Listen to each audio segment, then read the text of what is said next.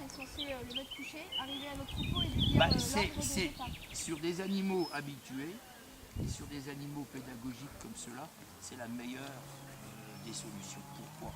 Parce que si tu peux aller aux brebis, en laissant le chien à 20 ou 30 mètres, les brebis sont complètement rassurées.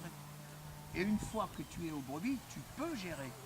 Quand tu as l'expérience, même un chien méchant qui veut attaquer, tu peux protéger les bêtes. Donc la meilleure des solutions, c'est les gens qui ont déjà une bonne obéissance sur le chien, agilitiste, machin, tout ce que tu veux. Et donc tu vas aux brebis. Et là, les brebis sont complètement rassurées. Ouais, alors sur les brebis qui sont pas habitués, si déjà Sur le les chien brebis il qui part, ne sont pas habituées, qui ne sont pas aussi pédagogiques que celles-là, si tu veux pas les paniquer, il faut faire un petit parc, les mettre dedans, qu'elles découvrent le chien et qu'elles apprennent à le connaître. Sinon, il faut des clôtures extrêmement solides et des animaux qui tiennent le choc. Mais ça ne sera pas... Tu vois, par exemple, l'expérience qu'on a fait avec le Canet Corso, c'est impossible à faire avec des moutons qui ne sont pas habitués. Là, ce chien, il a fait des choses très très intéressantes parce que les animaux ont décrit une courbe, comme ici, qui rejoignent le maître. Et donc Pépère, il n'a qu'à courir derrière. Et puis hop, les moutons font le boulot. Mais des brebis pas habituées, c'est une catastrophe. Alors que là, les chiens apprennent de par la qualité des animaux. Et si tu veux, les instincts sont mis en marche de par la qualité des animaux. Ça, c'est fondamental. C'est pour ça, les dresseurs professionnels au Royaume-Uni, ils ont des bêtes pour les jeunes chiens qui sont extrêmement dociles, encore plus dociles que les miennes. Parce qu'ils démarrent un peu plus tôt. donc avec des chiens qu'on n'a pas encore le stop ni couché, le mieux c'est Bah, avec un rythme. Je parle d'hier. non, tu mets la cordelette, comme j'ai fait avec la petite. Avec Meg, tu mets la cordelette. C'est ce hier, du coup, je parle avec le chien, ça doit être découpé. Quel chien c'était? La grosse attrape. Ah oui, c'est vrai. Toi, tu as la... ouais. Alors évidemment, c'est pas un chien facile. Tu vas devoir t'investir physiquement énormément. Il faut régler l'obéissance parfaitement. En dehors d'un terrain de foot. Toujours, ouais, en dehors des moutons, régler au maximum l'obéissance et après tu pourras t'en servir. Mais il faudra quand même physiquement être là. Hein. Je veux dire que ça s'est très bien passé hier grâce à la présence de mon chien qui a fait tourner les moutons avant que le tien ne puisse éventuellement essayer de les choper. Hein. C'était chaud quand même. Ah oui, c'était très très bien, elle a bien fait, mais on peut essayer, mais dans l'autre lot. Ouais. On peut essayer. Ouais. Vous pourriez réessayer? Parce que c'est vrai que j'ai pas dû prendre de photos. C'est pas très. Là, c'est important au sec, mais. Ben, on peut essayer, mais dans l'autre parc. Pas avec celle-là. Elles sont pas assez rapides. Et ça se pourrait qu'il y ait une évolution par rapport à hier? Non, Peut-être pas. ça pourrait. Il vaut toujours mieux par rapport à ce qu'on a vu hier. Si on arrive à reproduire ce qu'on a réussi à faire hier, ça sera très bien. Moi, j'ai Mais peur c'est qu'elle pas ait compris évident. le truc. Bah, c'est ce que j'ai cru comprendre. On le fera avec mon chien, le grand, là, avec Lad. Lad, il va les tenir, les brebis. Mais il faut vraiment physiquement. Oui, mais enfin, elle ne peut pas tenir un quart d'heure au régime où elle a tenu. Hein, parce qu'elle a vraiment couru, elle a transpiré pendant 10 minutes non-stop. On a récupéré la Non, cuillère non, après. non, pour empêcher le chien Ouais. au bon endroit, pour empêcher qu'il morde. Donc ça, c'était très intéressant. Ça, tu peux pas tenir un quart d'heure. Mais dans son attitude, est-ce que c'était vraiment bouffer parce que du coup, Ça a été, oui, plus que de travailler pour contourner. Ouais. On va parce que essayer. par moment, elle décrochait un peu et elle revenait vers moi comme si elle avait déjà oublié qu'il y avait des moutons derrière. Alors. Voilà. C'est pas le stade ultime. Hein.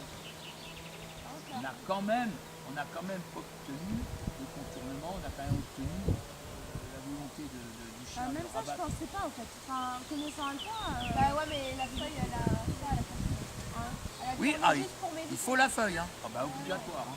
Il faut une bonne feuille, mais il ne faut pas hésiter à leur en foutre un coup sur le museau quand ils sont trop près. Hein. Ouais. Je suis bien. Et je vais peut-être ma l'eau. Mais regarde, quasiment là, on a obtenu presque un semblant de stop sur un chien qui ne l'avait pas du tout. Parce que commence à se mettre un petit peu dans le jeu. Et elle a un ordre. Voilà. Ouais.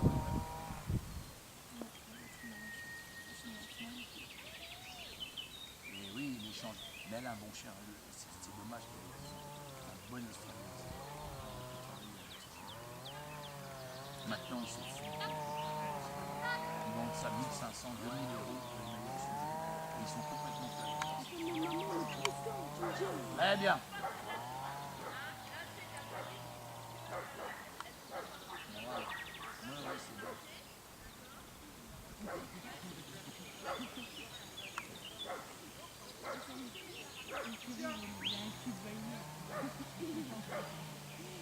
Mais non, ça c'est parce qu'il a la queue. Bah ouais, mais justement, ça fait tout le... Et qu'il a juste la queue pour la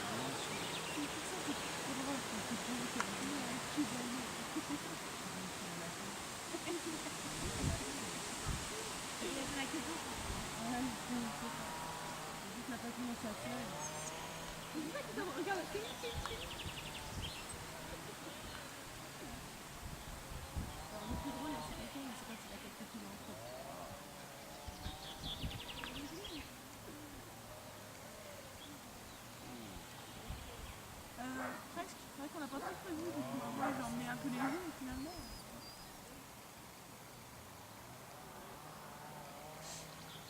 Alors, le suivant c'est qui? Cherche ta chine, il n'y a personne d'autre. Il y aura la possibilité de reprendre le roue de n'importe.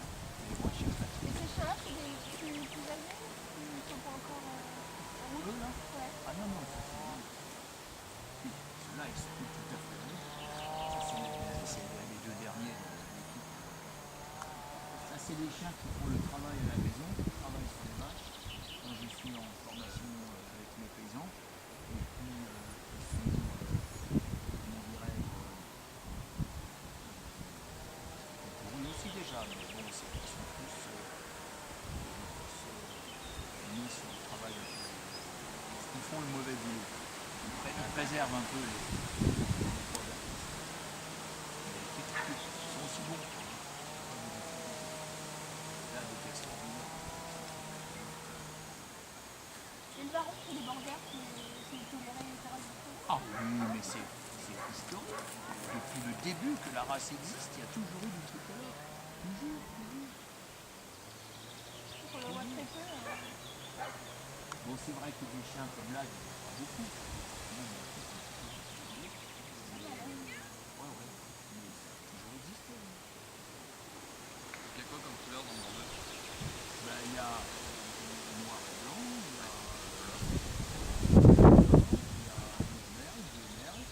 il y a rouge et blanc, comme le petit qui était venu hier, et puis, qui n'est pas un pur border, hein, il est croisé, et puis sable, plein de... Dommage qu'on ne pas mieux travailler. C'est dommage qu'il n'y ait pas plus d'envie d'avoir les couleurs. Ouais. Ouais, mais il faut rester sur les trois couleurs classiques. C'est noir et blanc, puis tricolore. Parce que sinon, c'est un autre concept. Ouais, ça, c'est... Les gens...